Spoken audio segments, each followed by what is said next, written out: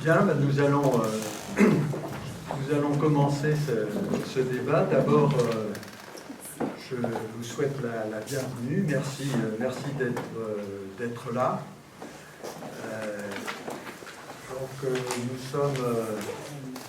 nous représentons les Coteaux de Seine Autrement, qui est une association locale dont le but est de fournir... d'animer la vie locale et de fournir l'occasion de traiter des sujets, je dirais, d'intérêt général. C'est vraiment une animation civique. On a aussi un peu la prétention de servir de think tank, pour prendre des mots à la mode, aux élus donc qui ont le cœur à gauche et qui sont dans les communes de Bougival, La Celle-Saint-Cloud et Louvciennes, qui était en fait une communauté de communes qui a été un peu éclatée, puisque pour deux, nous sommes maintenant dans Versailles-Grand Parc, et puis Louvciennes est avec Saint-Germain.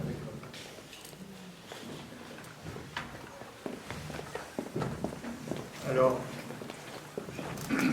juste un petit mot, dire, parmi vous, s'il y en a qui ont des sujets d'intérêt, qui n'hésitent pas à nous en parler. S'il y en a certains qui veulent même nous aider à mettre en place un débat, ils seront bienvenus. Nous accueillons volontiers tous ceux qui veulent participer à ce genre d'activité.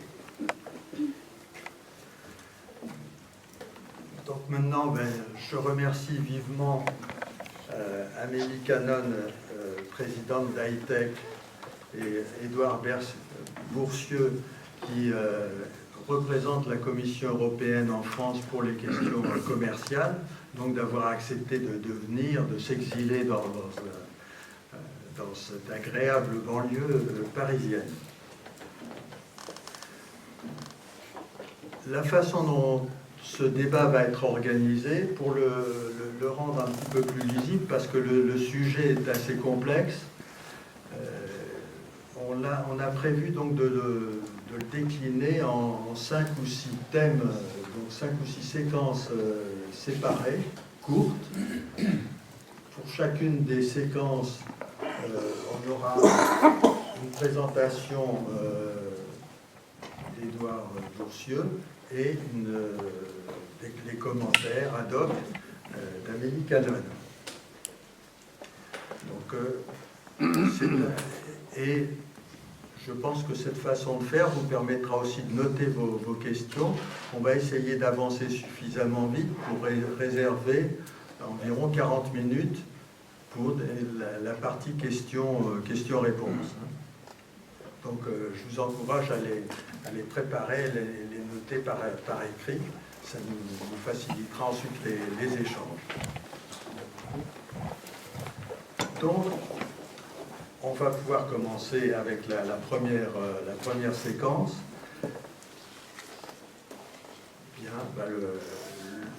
la première séquence est fatalement la présentation de ce qu'est ce TAFTA, quels sont les objectifs. Est-ce que ce sont de bons objectifs? Quels sont-ils et est-ce que ce sont de bons objectifs? Donc, merci. Et merci pour votre invitation. Remarquable que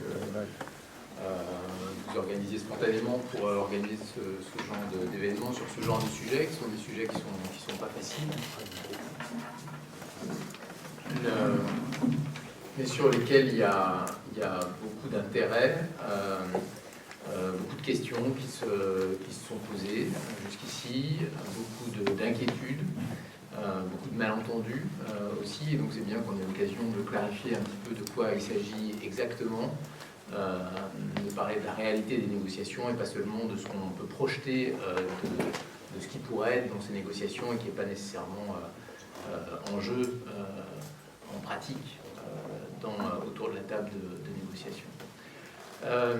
Alors sur les objectifs, les motivations qui sont derrière ces négociations pour un partenariat transatlantique. Je vais essayer de m'efforcer de parler de partenariat transatlantique pour éviter les acronymes, mais ma langue pourrait glisser, fourcher, et je pourrais utiliser l'acronyme TTIP pour, en anglais, Partenariat transatlantique pour le commerce et l'investissement, qui est le nom officiel de ces négociations. Je sais qu'en France, on l'appelle souvent le TTIP-TAFTA, qui n'est pas beaucoup plus français comme type d'acronyme. Moi, ça ne me pose pas de problème particulier, c'est juste un petit peu source de confusion, peut-être parfois. Mais donc, on peut utiliser indifféremment TTIP ou TAFTA, sachant que le nom officiel, c'est quand même TTIP. Mais pour simplifier, j'essaierai plutôt de parler de partenariat transatlantique. Donc, qu'est-ce qu'il y a derrière tout ça? Quelles sont les motivations derrière ces négociations? Bon, fondamentalement, elles sont de deux ordres. Il y a des motivations, des raisons stratégiques à l'échelle mondiale derrière ces négociations, et il y a des raisons économiques qui concernent plus la situation de l'économie européenne. Sur le premier point, c'est vraiment une question qui est liée à l'évolution de l'économie mondiale, à l'évolution du commerce mondial, à l'émergence de nouveaux acteurs, de nouveaux concurrents à l'échelle mondiale pour l'Europe. Vous les connaissez tous, évidemment, la Chine, l'Inde, le Brésil, la Russie, d'autres pays, qui posent un certain nombre de défis aux économies industrialisées comme l'économie européenne.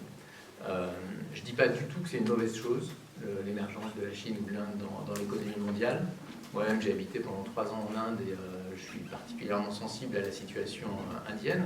Il y a des centaines de millions de personnes qui sont sorties de la pauvreté en l'espace d'une vingtaine d'années grâce à l'émergence de ces nouveaux grands acteurs du commerce mondial. C'est un des rares objectifs de développement du millénaire de l'ONU qui a été tenu grâce à leur part dans le commerce mondial. Donc il y a beaucoup d'aspects positifs qui sont liés à ça, qui sont fondamentaux, y compris d'ailleurs pour les économies développées comme l'économie européenne. Mais il y a aussi beaucoup de questions que ça pose. Le centre de gravité de l'économie mondiale se déplace, s'éloigne de l'Union européenne. Le poids de l'Europe dans le monde diminue naturellement. Et la question, c'est est-ce qu'on veut continuer à peser sur le cours des choses, à jouer un rôle dans la mondialisation? Est-ce qu'on veut essayer de façonner la mondialisation d'une manière qui est plus acceptable d'un point de vue européen, ou est-ce qu'on accepte d'être peu à peu marginalisé, ou est-ce qu'on accepte la mondialisation telle qu'elle est aujourd'hui?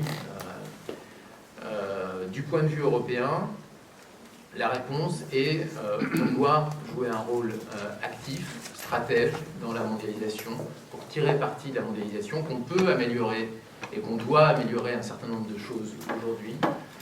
Il y a un manque de règles aujourd'hui dans le commerce mondial.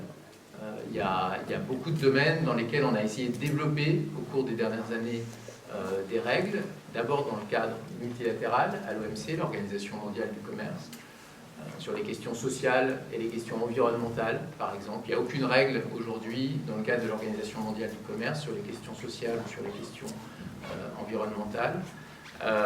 Il faut pouvoir développer des règles sur ces aspects-là. Sur les questions énergétiques, il n'y a pas très peu de disciplines dans le cadre de l'OMC aujourd'hui sur les questions énergétiques, ce qui fait que certains grands pays peuvent s'amuser à couper le gaz à leurs voisins en plein hiver sans que ça pose de problèmes particuliers. Sur le comportement des entreprises d'État, quand on pense à la Chine, encore une fois, la Chine est parfaitement légitime à se développer, à jouer un rôle important dans le commerce mondial, mais il y a une question de justesse, de loyauté de la concurrence, et il faut un minimum de discipline sur le comportement des entreprises d'État quand elles viennent concurrencer les entreprises privées qui ne sont pas massivement subventionnées par les États. Donc il y a un besoin de règles. Ce n'est pas le Far West ou le libre-échange à tout crin. Il faut aujourd'hui pouvoir réguler la mondialisation. On a pendant longtemps essayé de le faire au niveau européen dans le cadre de l'OMC, l'Organisation mondiale du commerce. Aujourd'hui, l'OMC malheureusement, c'est vraiment un drame pour le système multilatéral et pour l'Union européenne, et largement bloqué dans sa fonction de négociation. Et donc il faut trouver d'autres moyens d'aller de l'avant. Et on le fait aujourd'hui en approfondissant nos relations, en renforçant nos relations avec nos principaux partenaires commerciaux. C'est pas seulement avec les États-Unis, on parle beaucoup des négociations avec les États-Unis, mais en pratique, on négocie en même temps avec la plupart de nos partenaires. On négocie un accord très important avec le Japon, par exemple, dont on ne parle jamais, alors qu'il y a aussi des enjeux stratégiques très importants avec le Japon.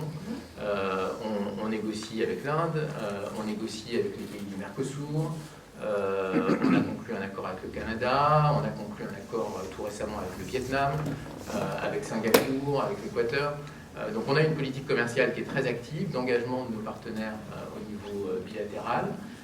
Mais évidemment, quand on pense à l'impact qu'on peut avoir sur l'économie mondiale, ce qu'on peut faire avec les États-Unis, sachant qu'à nous deux, on pèse encore très lourd à l'échelle mondiale, on représente plus de 40% du PIB mondial, le tiers des échanges commerciaux à l'échelle mondiale. Donc tout ce qu'on fait ensemble, tout ce qu'on peut faire ensemble, peut avoir un effet d'entraînement très fort à l'échelle mondiale. Donc on a vraiment, avec les États-Unis, une opportunité, peut-être plus importante qu'avec d'autres partenaires, de reprendre vraiment l'initiative et de faire preuve de leadership dans un certain nombre de domaines, de développer des règles qui pourront ultérieurement être utilisées, notamment dans le cadre de l'OMC. Donc ça, c'est vraiment l'enjeu stratégique. C'est la place de l'Europe dans le monde, à horizon 20 ou 30 ans, qui est en jeu. C'est le rapport qu'on a à la mondialisation, le besoin de réguler la mondialisation qui est en jeu. Après, il y a un autre enjeu qui est également très important, qui est beaucoup plus concret pour les Européens, qui n'est pas un enjeu planétaire et d'avenir comme le premier. C'est un enjeu de contribution à la relance de l'économie et à la création d'emplois en Europe. Quand je dis contribution, j'insiste sur ce mot, c'est clairement pas ces négociations qui seront la solution ultime pour relancer la croissance en Europe et pour lutter contre le chômage en Europe. C'est une contribution parmi d'autres. Il y a beaucoup de choses très importantes à faire sur le plan domestique en Europe, sur le plan des politiques internes, mais c'est une contribution qui est importante. Je crois pour deux raisons. Un, parce que là encore, si on se projette un petit peu, 90% du surcroît de demande à l'échelle mondiale dans les 15 ou 20 ans à venir viendra non pas de l'Union européenne mais du reste du monde.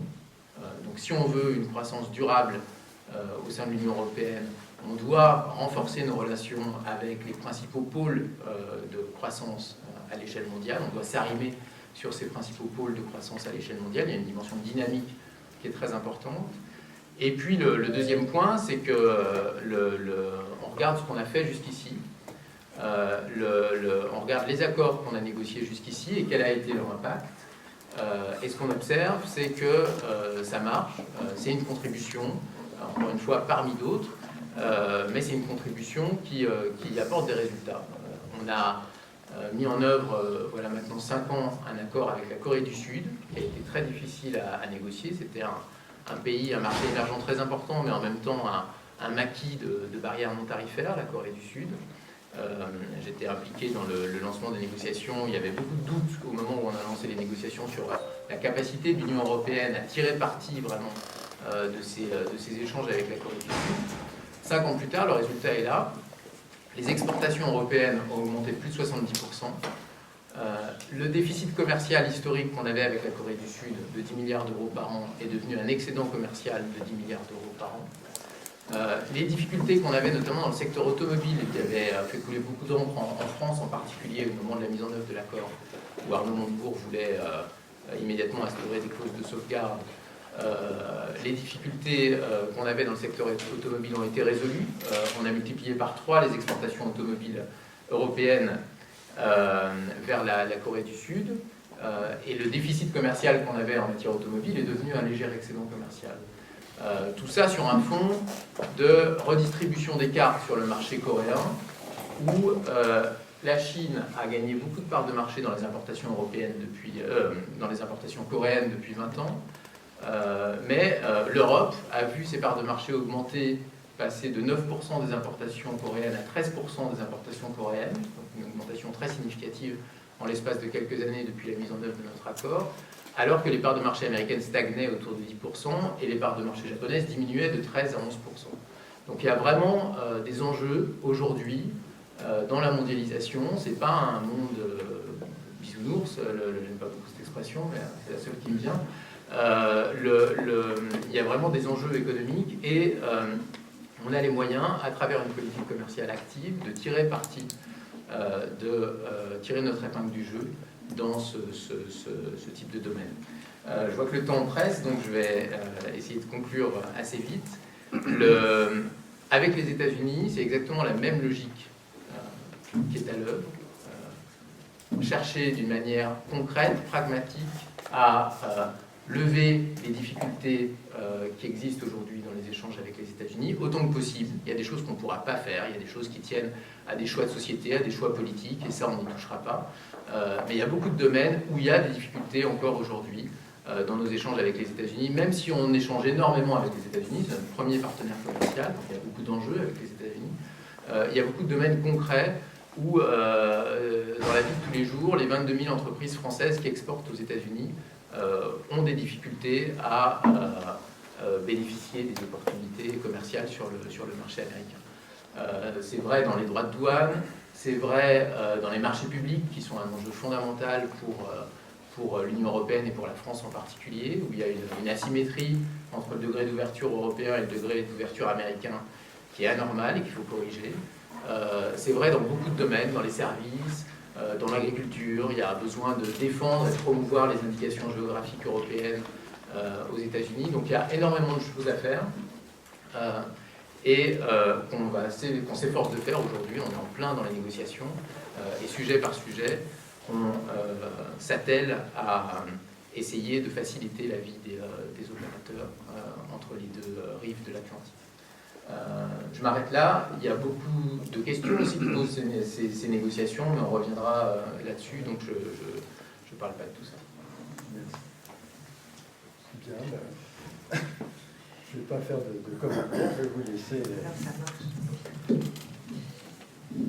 Bonsoir à tous. Merci beaucoup de cette invitation. En effet, je pense qu'une chose que nous partageons avec Édouard Bourcieux, sans aucun doute, c'est la satisfaction de voir que ce TAFTA suscite autant d'intérêt de la part des citoyens un peu partout en France, parce que lui comme moi, nous déplaçons pas mal pour aller participer à ce type de débat, et c'est toujours bien quand ce type de débat public a lieu, d'autant plus, et je pense que là aussi il en conviendra, quand on travaille depuis longtemps sur les questions de commerce international, on n'a pas souvent l'occasion d'en débattre avec les citoyens, parce que c'est un sujet bien souvent difficile, technique, et avec lequel voilà, les citoyens n'ont pas forcément toujours le souhait de se coltiner, disons.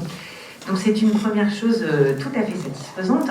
Je dis rapidement 2 mots avant de commenter ce qui vient d'être présenté sur la campagne que je représente d'une certaine façon ici. Je préside une association qui s'appelle l'ETEC, comme vous le voyez sans doute sur la pancarte, même si moi je ne la vois pas. Mais c'est pas finalement tellement ça qui est important, c'est que cette association, elle est membre d'une campagne nationale qui s'appelle le collectif Stop TAFTA, dans laquelle il y a 70-80 organisations aujourd'hui de toutes sortes, associations de citoyens, de protection de l'environnement, des syndicats, des mouvements divers, de défense des droits des animaux. On a à peu près 150 déclinaisons locales de cette campagne nationale partout dans le territoire en France. Et puis, on a une petite originalité aussi, c'est qu'on propose aux collectivités locales de se déclarer hors TAFTA, et on en a quasiment 700 aujourd'hui, maires, collectivités, communes de toutes sortes, régions également, qui ont pris la résolution symbolique, certes, mais importante politiquement, de se dire hors TAFTA. Donc cette campagne a beaucoup de dimensions, je vais vous en présenter certains aspects au cours de cette discussion, mais évidemment, on est tout à fait à disposition pour vous répondre, vous communiquer des documents, et les multiples publications et matériels qu'on produit. Et que je dois avouer, j'ai oublié d'amener, je m'en excuse, et je pourrais vous envoyer un petit paquet si vous le souhaitez. Il y a plusieurs choses dans ce qu'Édouard Boursieux a présenté que nous récusons de façon assez forte et qui justifie que nous voyons arriver ce TAFTA de manière beaucoup moins enthousiaste qu'il ne le voit arriver lui probablement. Et je voudrais commencer par dire que notre problème n'est pas que cet accord se négocie avec les États-Unis. Ça n'est pas les États-Unis en soi qui nous posent difficulté et qui nous angoissent. On se pose exactement le même type de questions à l'égard des nombreuses autres négociations commerciales qui sont en cours aujourd'hui. L'accord qui était en négociation avec le Canada et qui a été conclu dernièrement, dont on a la version définitive depuis le mois de février maintenant, nous pose pour nous exactement le même type de questions, puisque son contenu renvoie très largement à des choses qu'on redoute de voir apparaître dans le traité avec les États-Unis, on pourra y revenir. Mais on sait également que des négociations avec le Mercosur, donc les pays du cône sud de l'Amérique latine, pourraient porter de gros risques pour l'agriculture en Europe et en France, par exemple. Donc c'est aussi une négociation que nous voyons d'un œil tout à fait inquiet, pour le moins. Il y a tout un tas de questions qui se posent dans les négociations avec le Japon également. Bon, voilà. Donc le problème n'est pas les États-Unis, le problème est la logique de négociation d'accords commerciaux de plus en plus nombreux qui répondent tous à la même préoccupation, c'est-à-dire plus de croissance égale plus de PIB, plus de richesse, plus d'emplois et un pouvoir d'achat nécessairement accru.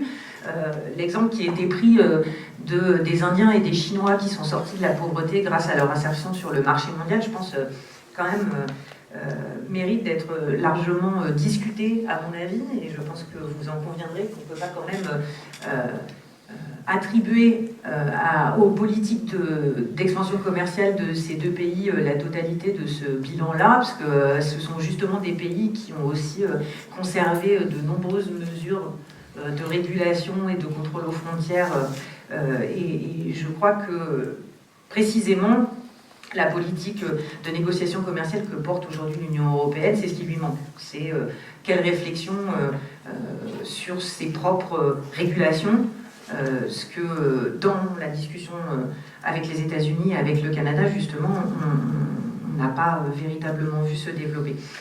Et donc ce modèle qui consiste à dire que plus de commerce, c'est forcément plus de croissance, c'est forcément plus de pouvoir d'achat et de bien-être pour les citoyens, contrairement à ce qui a été dit, il se trouve que ça ne marche pas. Et alors vous preniez l'exemple de l'automobile avec la Corée, c'est excellent comme exemple parce que on vend peut-être plus de voitures en Corée. J'imagine que là vous évoquiez l'Union européenne dans son ensemble, probablement. Mais alors, étrangement, on n'a pas vu que plus de voitures vendues en Corée et alors plus de résultats positifs pour les entreprises automobiles de l'Union européenne, ça produisait plus d'emplois pour les ouvriers de l'automobile que, voilà, en tous les cas, d'un point de vue français. Encore une fois, on peut sans doute le regarder à l'échelle de l'Union européenne, il y a sans doute des pays qui ont bénéficié davantage que la France, mais on n'a pas vu que ça produisait plus d'emplois, que ça améliorait l'état de l'industrie automobile dans notre pays et qu'à la fin, ça profitait véritablement aux gens. Et ça m'amène à dire que ce que vous nous racontez là, ça ressemble beaucoup, je trouve, à un conte, un petit peu. C'est-à-dire une lecture de l'histoire qui est macro, avec des grands chiffres, des grandes données, des grands processus, mais qui traduit dans la réalité, en fait, et au plus près de la vie des gens, n'a pas beaucoup de tous les impacts positifs que vous décrivez. Au contraire, on voit bien que ces accords, bien souvent, c'est beaucoup plus d'emplois perdus, d'inégalités, de pouvoir d'achat érodé. Alors, effectivement, il existe des évaluations produites sur commande de la Commission, mais pas uniquement, il y a d'autres types d'évaluations aussi. qui tendent toutes, et qui fonctionnent sur des modèles macroéconomiques quantitatifs, qui tendent à dire que cet accord, d'ici 10 ans ou 15 ans, pourrait avoir des effets positifs en termes de croissance et en termes de richesse globale. Nous, on produit en face au moins une étude, mais d'autres sont en cours, qui dit tout le contraire, qui repose sur un modèle complètement différent, qui est une étude qui a été produite par un économiste d'une université de Boston, Jérôme Capaldo, et qui dit à l'inverse que le TTIP, le TAFTA,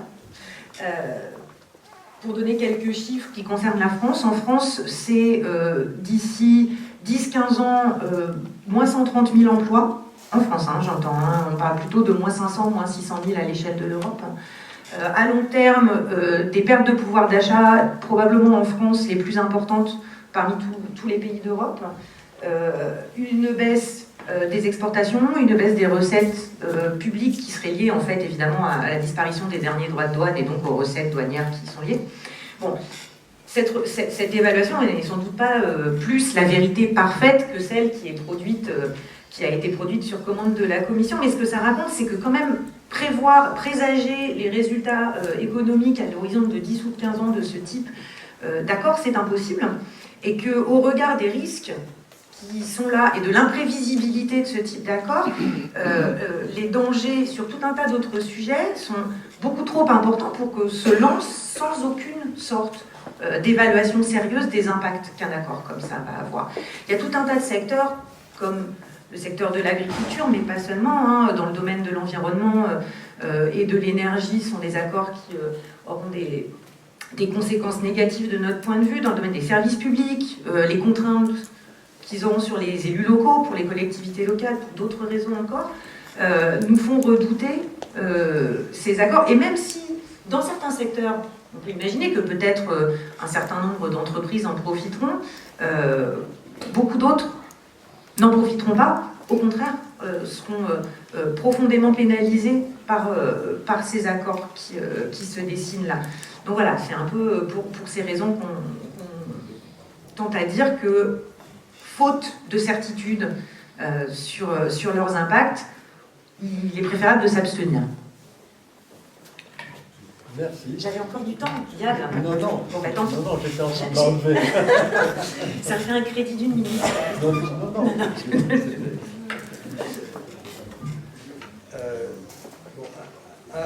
Avant de prendre les thèmes sur les secteurs qui sont concernés, il y en a un pour lequel on pourrait aller, j'espère, rapidement, c'est-à-dire 3-4 minutes chacun, sur l'aspect qui est apparu récemment, le problème de transparence, de secret, etc.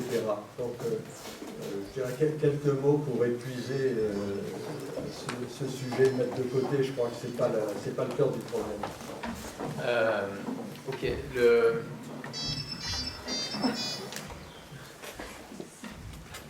C'est toujours un peu frustrant de ne pas pouvoir répondre.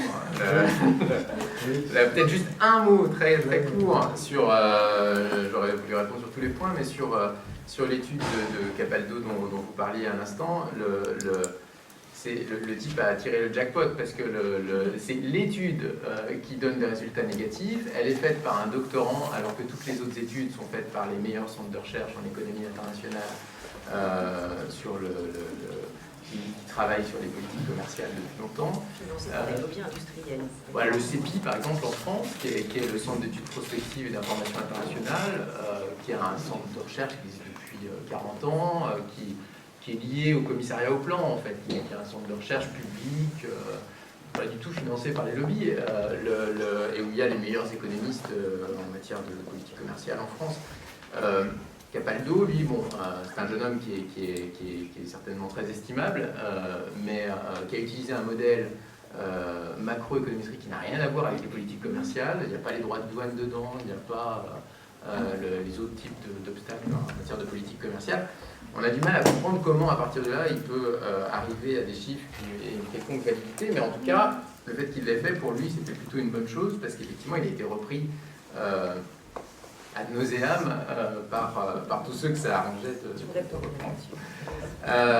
mais personnellement, moi, je n'ai pas parlé de modélisation économique parce que je pense qu'il vaut mieux regarder, comme je l'ai fait pour la Corée, regarder ce qui a été fait et regarder ce que ça a apporté concrètement, ex post, plutôt que de faire des batailles de chiffres sur des choses, des modèles dans lesquels d'ailleurs la compréhension atteint très vite ses limites quand on n'est pas un spécialiste de la modélisation et d'usage de ce type de modèle.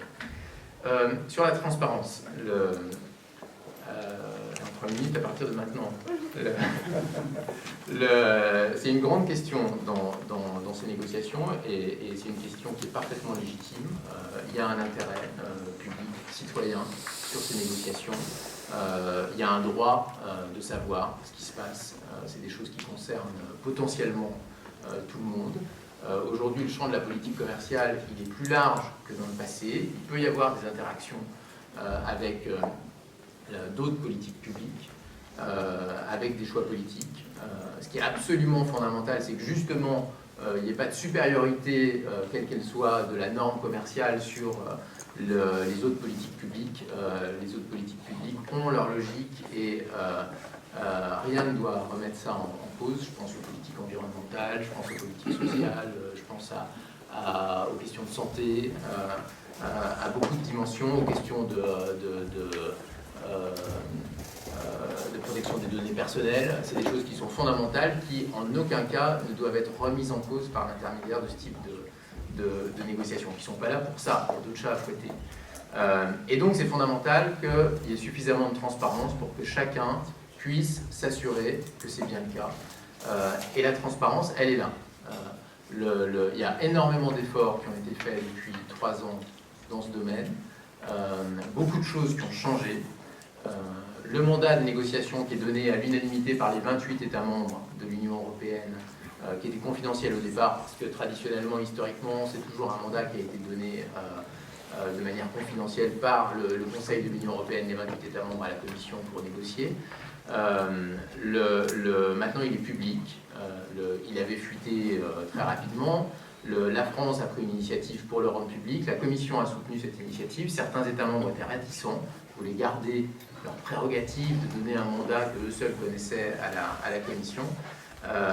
Il y a eu finalement un accord pour qu'il soit public, et c'est très bien. Et on peut voir dans ce mandat quels sont les objectifs de l'Union européenne dans ces négociations et quelles sont les lignes rouges, les choses qui sont sacrées, qui sont fondamentales, qui ne doivent pas être dépassées. Et tout ça correspond assez largement à ce que j'ai dit en introduction. Il y a une deuxième chose qui est fondamentale aussi en termes de transparence, c'est que Cecilia Malmström, la nouvelle commissaire au commerce, qui est arrivée il y a 1 an et demi sur le dossier commerce à la Commission, avec la nouvelle commission qui est arrivée à la fin de l'année 2014, suite aux élections européennes de juin 2014. Cecilia Malmström, qui est suédoise, qui a une haute idée de la transparence des administrations publiques, du devoir de transparence des administrations publiques, vu ses origines, a décidé de publier systématiquement tous les textes que la Commission met sur la table des négociations dans le cadre du partenariat transatlantique. Tout ce qu'on engage au nom de l'Union européenne est public et librement accessible sur le site internet de la Commission. Donc Greenpeace, comme vous savez, a publié un certain nombre de documents il y a 2 ou 3 semaines maintenant. Tout ce qui concerne la partie européenne de ces documents était public depuis déjà 3 mois, 6 mois, 1 an, selon les documents en question, sur le site internet de la Commission. Il y a des centaines de documents qui sont librement accessibles aujourd'hui sur le site internet de la Commission. Je vous invite à taper TTIP Commission dans n'importe quel moteur de recherche. Vous arriverez très facilement à tous ces documents et sur chacun des sujets, vous pourrez vous faire votre propre idée. Je ne parle pas de propagande, de tracts rédigés par la Commission pour dire tout ça est formidable, je ne sais quoi. Je parle des textes qui sont mis, des textes juridiques qui sont mis sur la table des négociations par le négociateur européen au nom de l'Europe. Ça, c'est fondamental. Et des textes qui sont assortis de notices explicatives, parce que c'est des textes qui sont assez techniques, assez compliqués, pour expliquer article par article de quoi il s'agit, quel est l'objectif, quel est le principe. Il y a beaucoup d'autres mesures en termes de transparence qui ont été prises par ailleurs, la publication systématique maintenant d'un compte-rendu exhaustif des cycles de négociation, après chaque cycle de négociation. Mais je crois qu'on va revenir là-dessus, il y a énormément évidemment de choses qui sont faites en interaction avec les 28 États membres, le Parlement européen et les parlements nationaux, qui sont les institutions démocratiques légitimes qui contrôlent les négociations. On en reparle après. Ouais. Et donc il y a évidemment une information qui est continue en fait, du Parlement européen et des États membres sur l'état des négociations. Il n'y a aucune décision qui est prise dans le processus de négociation par le négociateur européen, par la Commission, qui se fait sans une discussion préalable avec le Parlement européen et avec le Conseil, avec les États membres. Et avec par ailleurs un groupe consultatif qui implique la société civile, avec des représentants de tous les secteurs économiques, des organisations de défense de l'environnement, des syndicats européens et des associations de consommateurs.